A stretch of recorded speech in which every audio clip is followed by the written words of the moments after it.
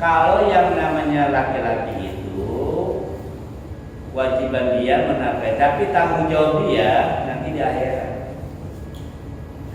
Ketika meninggal dunia di alam akhirat nanti, istri kita sebelum diperiksa amalnya, sholatnya, puasanya, pertama tanya apa? Bagaimana kamu nikah dengan Fahri? Apakah dapat ridhonya? Itu yang pertama. Istri sebelum ditanyakan amal ibadah, Allah akan tanya dapat ridho nggak dari suami. Karena surganya istri adanya di ridho suami. Nah ketika dia bilang ke suami, wah saya nggak ridho sama dia, maka sudah otomatis. Nah kemudian kalau dia ridho, ditanyakan lagi gimana sholatnya, barulah di sinilah laki-laki akan bertanggung jawab kepada amal ibadah istri dan anak-anaknya. Karena yang menjadi hijab, yang menjadi penghalang api neraka istri dan anak-anak adalah suami. Makanya suami itu adalah jalan menuju surga. Laki-laki dan jalan menuju surga. Ingat, jalan doang, belum tentu lakinya masuk surga. Beda kalau laki-laki menghantarkan istrinya ke surga, diantar berarti sama-sama masuk, ini jalan doang.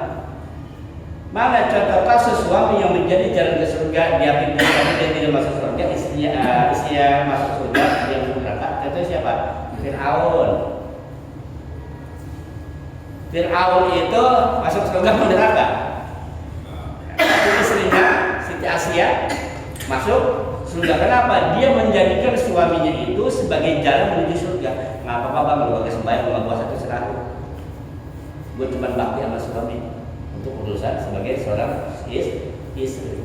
Nah, bakti dia kepada suami itulah yang menyebabkan dia masuk ke surga. Walaupun lakinya bejat, lakinya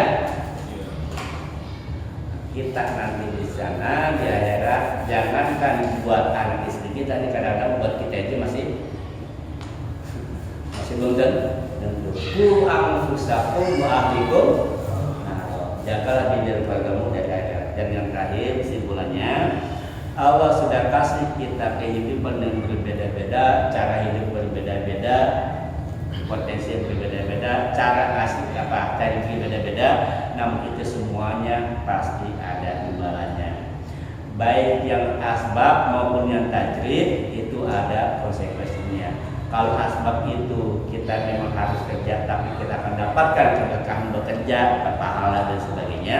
Yang tajrid itu karena dia punya waktu luang, dia bisa lebih dekat kepada Allah Subhanahu wa taala dengan ibadah kepada Allah. Namun sebaliknya, apabila waktu luang itu dia gunakan dengan tidak ibadah kepada Allah, maka akan akan menjatuhkan dia. Pun sama, orang yang asbab pada terlalu sibuk bekerja yang lupa ibadah kepada Allah, maka ibadah kerjanya pernah menjadi bahala buat dia, akan jadi apa? Jadi bencana. Kayak kalau ini ada enggak?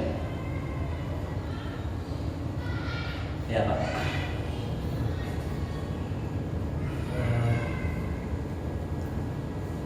Kalau zaman dulu Pak, zaman dulu kan itu perkara siang dan malam itu memang jauh perbedaannya, karena dulu kemungkinan nggak secanggih sekarang.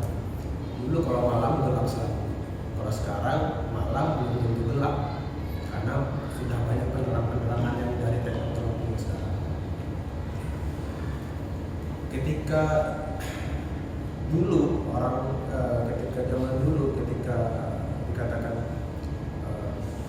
Allah nanti dia pada sepertiga malam dia turun ke langit dunia. Ketika konsep itu disampaikan dulu, orang berpikir iya, karena mereka menganggap malam itu terjadi itu ketika mereka malam di seluruh daerah lain juga malam. Sekarang nggak bisa kita terapkan begitu, karena akan orang berpikir kalau misalnya konsepnya seperti malam Allah bakal turun ke dunia, berarti sebenarnya Allah itu akan berada di langit dunia terus, karena bumi itu berputar. Ketika sekarang mungkin sekarang ini kita belum pada saat yang sebelah dunia belahan langit itu sepertiga malam. Berarti sebenarnya kalau kita lihat, kita ngukur dari situ sebenarnya Allah tapi bakal turun di langit dunia terus. Itu gimana Ustaz? Pertama. Yang kedua,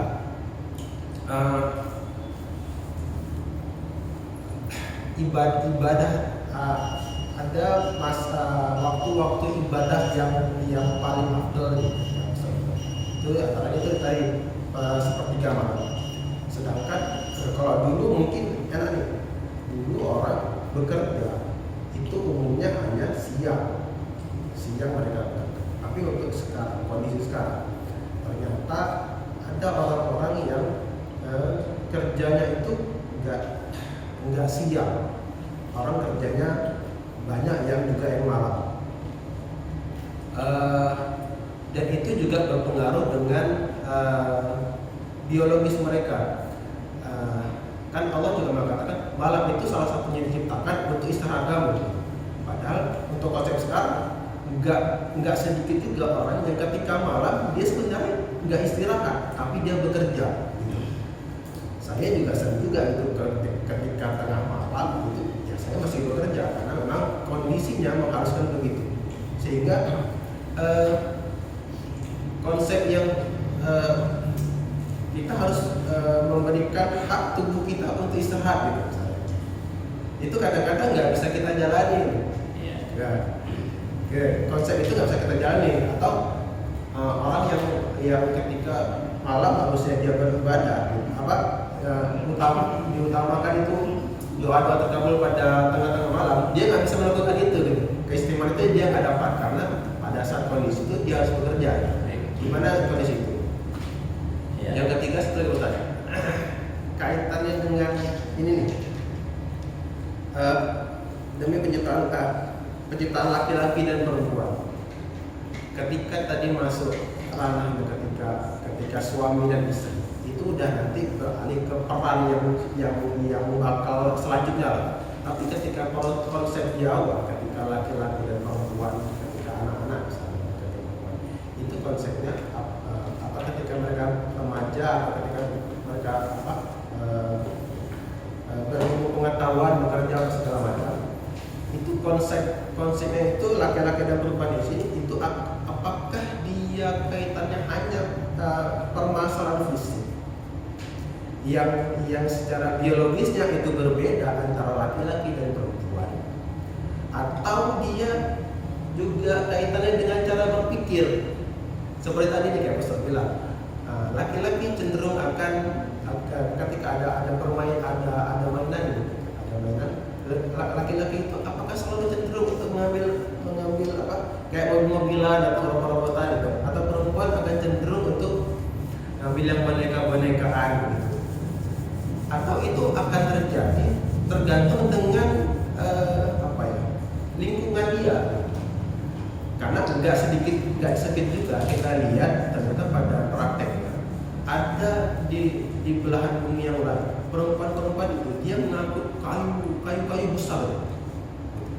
Kalau kita secara logis kita tarik kondisi kita, kayaknya nggak mungkin yang kerja itu laki-laki yang segitu. Tapi pada waktu di sana seperti itu. Atau pada kondisi sekarang kita lihat yang konsep perempuan itu harusnya masak gitu. Ternyata pada prakteknya yang orang yang yang koki-koki itu kebanyakan jaga-jaga itu bukan perempuan yang lain, tapi laki-laki. Itu gimana Mas? Ya, baik. Pertama masalah siang dan malam. Jadi Allah menjelaskan bahwa memang jelas ada perbedaan jelas siang dan malam. Bedanya lebih berguna matahari atau bulan? Lebih berguna matahari atau bulan? Matahari. Lebih berguna bulan. Kalau siang udah terang, apa ada matahari? Kalau siang udah terang, itu apa ada matahari? Kayaknya pernyataan itu benar, tapi bodoh. Artinya apa? Maksudnya begini. Allah sudah jelaskan bahwa yang namanya siang dan malam itu beda. Itu beda. Terlepas dari garis edar revolusi bumi dan revolusi matahari, memang akan terjadi perbedaan waktu siang dan malam.